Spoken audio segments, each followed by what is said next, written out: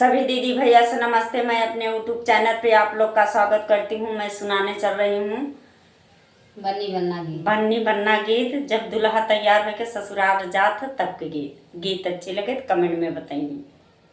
उठाओ।